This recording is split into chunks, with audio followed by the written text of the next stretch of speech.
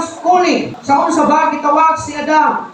In verse 15, pagipiyal nga to kaniya mao ang pagtrabaho ug ang ikaduha mao ang pag-atiman. Sa verse 15 atong basahon, ingon pa sa verse 15, ingon diri gikuha sa Ginoong Dios ang tao ug gibutang sa tanaman sa Eden aron pag-atiman ug magbantay niini. Ang Eden kini siya puno sa pagkaon. Kung sa galing ang Davao City gani gitawag ta og fruit basket.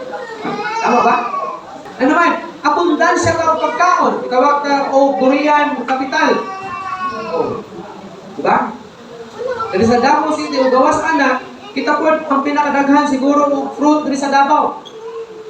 Pero bisan unsa pa ta kaabundansya o mga prutas o pagkaon dinhi sa Davao, dili kita makalupig sa garden of Eden. Dili kita makatupong sa kaabundansya sa pagkaon nga gibutang mismo sa Ginoo, gipatubo mismo sa Ginoo dito sa tanaman sa Eden.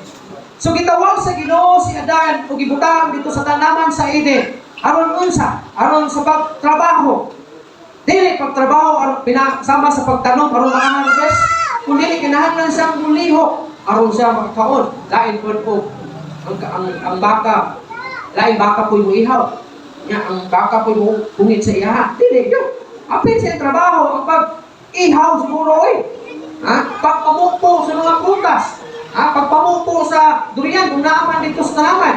Pagpamupo sa mga nagkalanlain na mga prutas dito sa tanaman. Kung ikaw siguro si Adan, mabusog ka, gaminte. Kaya, klase ba? Gutomon ka o isda, na may isda. Siguro masibulok surang isda sa imong sudlanan. Kung sa kadaghan. Kung gutomon ka o baboy ihalas, kaya lami siguro, napoy baboy ihalas. Kung gutomon ka o karnero o kining binaw, napoy binaw. Kung kaong ka kining milo, napoy milo siguro. Kung kaong ka unggoy, napoy unggoy siguro dito. Pero makayon ka, mamura ka naman. Kung kaong unggoy na po. Pagkaong makulong kami, kung tao ng binaw na po.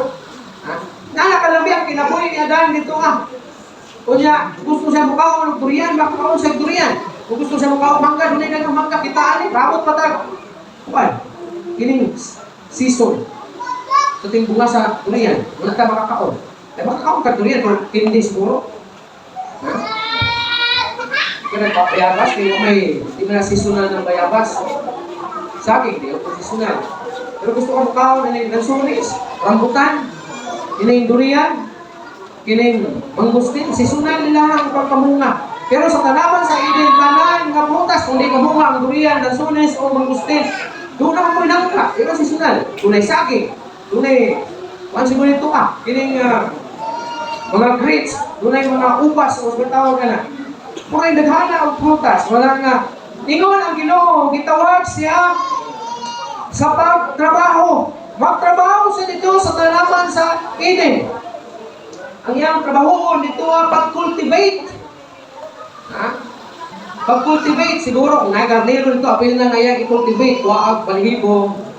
Diba? Kinabupitan ng garnero. Ikaduha is to take care. Pag-atiman. Itawag din siya sa siyamar aning take care, pag-protekta. Protekta na lang.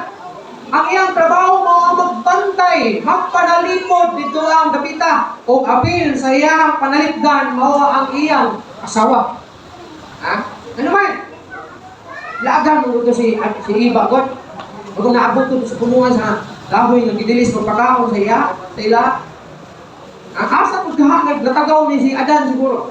Na waman niya mabantayan nga tuwa na dahil sa naging istorya dahil sa demonyo si Iba, ngayang asawa. Ang trabaho, ang sugo sa Ginoo ngadto kang Adan mo ang pagtrabaho o pagpanalipod. Marang importante, nakita na mga Kristohanon kabaluta sa calling sa Ginoo sa tuwa. Dapat sa iron imo kung asa ka gitawag sa Ginoo. O tagaan nimo kini o pagtagad diha sa imong kinabuhi kay kun dili nimo kini tagaan o pagtagad diha sa imong kinabuhi mahimo kini nga mahimo kang mapasagaron irresponsable tanawa si Adan Tungod kay kulang ang iyahang pagbantay. Wala siya nagmaigmat. Na himong wala siya maka tuman sa trabaho nga gipatrabaho sa iya, sa sugo, sa tawag sa Ginoo nga diin asa siya gitawag. Biblikal mo na siya. Sa Bible gani nga bisan ang magbalantay sa karnero, bantayan niya ang karnero niya, naging sakupan, kay basin ko niya makuha sa demonyo. Nakuha sa kining si tawag na lupo. Kasi kaunon sa lupo sa leon na nagsimbolo ang Satanas. Wala kung mahimong warningan niya iyang mga sulubuan kung iyang maging sakupan na kinahanglan dili ka makikistorya sa demonyo. Kasi magdala ka. Oni, ang nitabo kay iba. Kay wala man niya mabantayan kung sa ginoo, kung sa nitabo. Naglakaw-lakaw si iba o niadto dito sa tulungan sa kahoy. Unya, nakadaot, nakikistorya pagin siyang Satanas.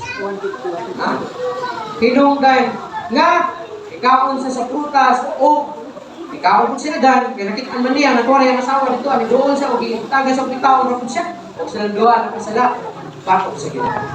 Una kita, mahimong magandam kita, mahimong magmaigmat, magmaalamon kita, diha sa tawag sa Ginoo ngani kanato ay kung dili kita magmaalamon o magmabinantayon basin mahulog ka sa kuko ni Satanas.